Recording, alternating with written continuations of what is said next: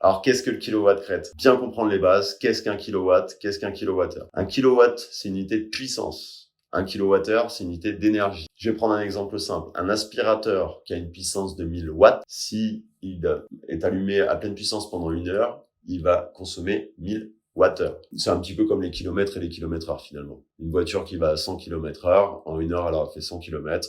Si elle fait 100 km en 1 heure, c'est qu'elle a été à 100 km/h. C'est la même chose pour la puissance et l'énergie. Donc, il faut vraiment pas confondre ça. Qu'est-ce que c'est la puissance? Qu'est-ce que l'énergie? Maintenant, le kilowatt-crête. Le kilowatt-crête est une unité de mesure de laboratoire qui permet aux fabricants mondiaux de comparer leurs panneaux ensemble. C'est un petit peu comme les chevaux pour les voitures. Une voiture Mercedes qui a 130 chevaux et une voiture Renault qui en a 130, finalement, elles ont plein d'autres caractéristiques techniques, mais on sait la puissance qu'ont ces voitures.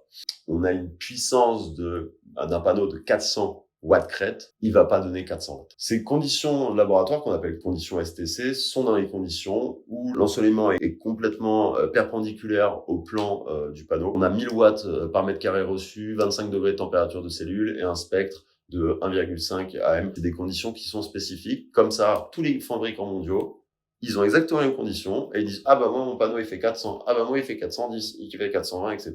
Et tout le monde est clair au moins pour comparer la puissance des panneaux. Seulement nous on vit dans le vrai monde entre guillemets et il y a des conditions réelles d'implantation des panneaux qui vont faire que ces conditions de laboratoire on ne les aura pas. En fonction de la localisation, si vous êtes à Amiens, vous allez recevoir très peu de solaire, désolé les gars d'Amiens.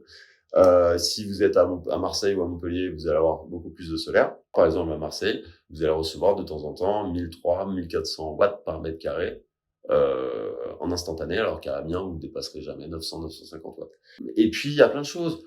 L'orientation exacte. Est-ce que votre toiture est vraiment plein sud? Est-ce qu'elle est inclinée parfaitement? Il faut vraiment que le soleil soit dans un angle très précis pour qu'il soit perpendiculaire au plan de toiture. Et puis, quand il fait beau, c'est-à-dire qu'il y a beaucoup d'ensoleillement, il y a plus de température. Or, un panneau, à chaque degré au-dessus de 25 degrés sur sa température de cellule, perd de sa productivité. Donc, un panneau en watts crête ne donne pas la même chose en watts. Donc, un panneau de 400 watts crête peut, parce qu'il le fait en laboratoire, donner 400 watts, mais ne le fait que rarement. Je vais prendre un autre exemple très rapidement. On a les conditions STC, donc les conditions qui sont le plus utilisées au niveau mondial. Mais les pays du Nord qui ont beaucoup de panneaux parce qu'ils ont un coût de l'énergie qui est très très haut, donc ils font beaucoup d'autoconsommation. Ils en avaient marre en fait d'avoir des panneaux de 400 watts crête qui ne donnaient pas 350 watts de temps en temps. Non, ils donnaient très très très très peu et ils en avaient marre, donc ils ont fait créer entre guillemets une nouvelle condition standard de laboratoire qui est la condition NOCT, NOCT, et qui permet de mesurer la puissance d'un panneau en watts crête également. Cette fois-ci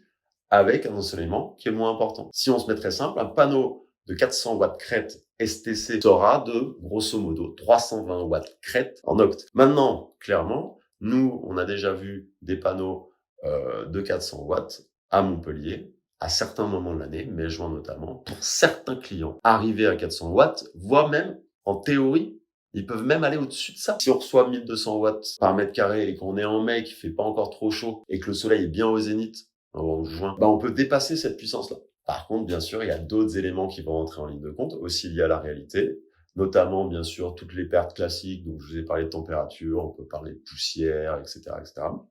Mais également d'autres limites qui sont notamment liées à l'onduleur et au câble. Et ça, je vais vous l'expliquer tout de suite.